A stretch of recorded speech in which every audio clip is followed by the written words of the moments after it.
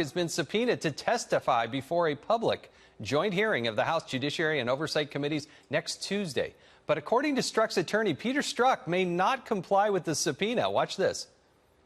Will your client comply with the subpoena or the request? Will he come on in and do another interview? My client will testify publicly soon, somewhere, sometime. We just got this subpoena today, so I don't know whether or not we are going to be testifying next Tuesday in front of these two particular House subcommittees. Why isn't it an automatic yes, Eitan? Because we have come to the conclusion, we've been forced to come to the conclusion that this is not a search for truth. It is a chance for Republican members of the House to preen and posture before their most radical, conspiracy-minded constituents. Joining me now with reaction is House Oversight Chairman, South Carolina Congressman Trey Gowdy. He's the author of a book with Senator Tim Scott called Unified. And Trey, thank you so much for joining us tonight. Yes, sir. Conspiracy theories he was talking about that Republicans to buy into this stuff. But I want to play a clip from Adam Schiff talking that you were one of the four horsemen of the apocalypse. So play this clip here. Sadly, here we have all too many members of Congress willing to prostrate themselves before the executive and give him anything he wants. You want to name names? Which members of Congress are in this cult-like group that you're suggesting? Well, the four horsemen of this apocalypse have been Devin Nunes and Trey Gowdy, Mark Meadows, and Jim Jordan. They have been leading the charge, basically to require the Justice Department to give them materials that can be leaked or fed or misrepresented, like the infamous Nunes memorandum, in the service of the president. Interesting comments from Mr. Schiff. Mr. Gowdy, how many times have you met and interacted with Donald Trump?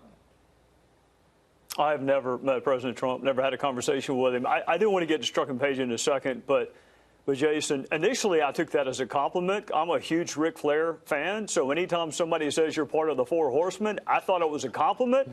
It was my wife who later said, I think he's talking about those four guys from the book of Revelation. So that's not a compliment.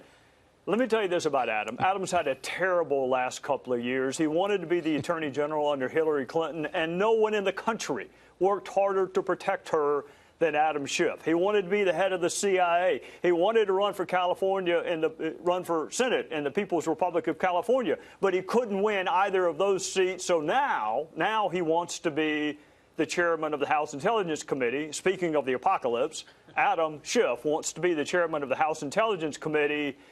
If you ever have, I don't know, a couple of free months with nothing else to do, I want you to go back, Jason, and think of all the things you would not know if you had taken Adam Schiff's advice. You wouldn't know the spontaneous reaction to a video was a hoax in Libya. You would never have read the first Chris Stevens email. You wouldn't know that Hillary Clinton had this unique email arrangement with herself because Adam Schiff did everything in his power to keep you from finding out. You wouldn't know about the dossier. You wouldn't know who funded it. You wouldn't know it was used in a court proceeding. You wouldn't know about Strzok and Page. In fact, you wouldn't even be having a show tonight.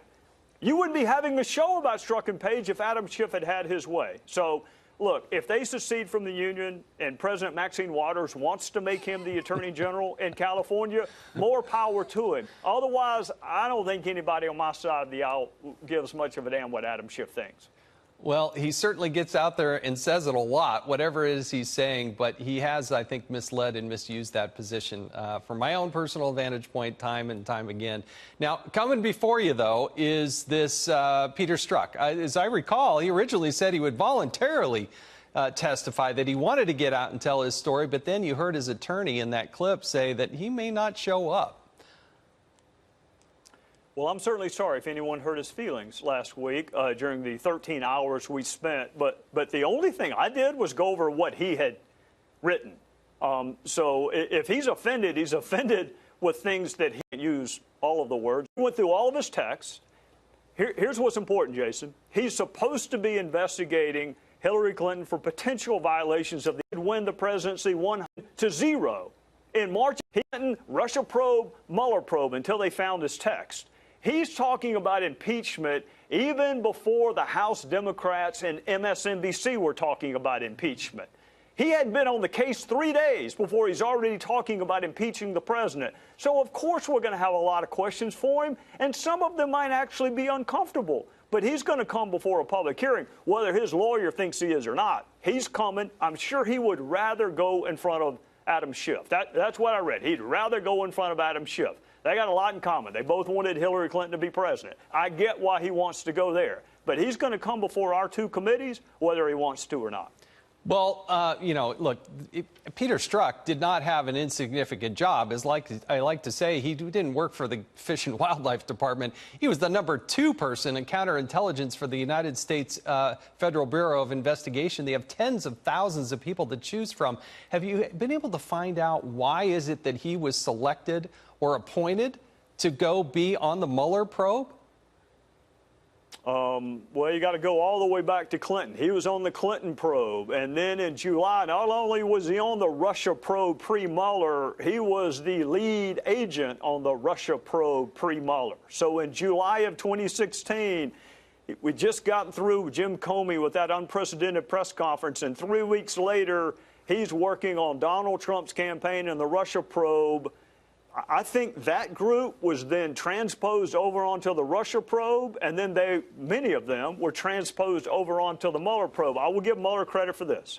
The moment he found out about these texts, he got rid of Peter Strzok. But here's what you ought to be asking yourself. If it was bad enough for Bob Mueller to get rid of him, the moment he found out about the text, these texts weren't written in March of 2017. They were written in March of 2016. So he never should have been on any of these three probes. If the animus was enough to kick him off when you found it, the animus should have been enough to kick him off when he said it, which was early in 2016. Completely the wrong person. The FBI's reputation, look, there are lots and lots of fantastic FBI agents, 99.9% of them. But to pick this person, and not just him, Lisa Page and other heretofore not identified FBI agents. You remember when Jim Comey, I think you were in the committee room, when Jim Comey said the FBI didn't give a hoot about politics? Yeah. Go read these texts. They gave a lot more than a hoot about who was going to be the Democrat nominee and whether Donald Trump would win.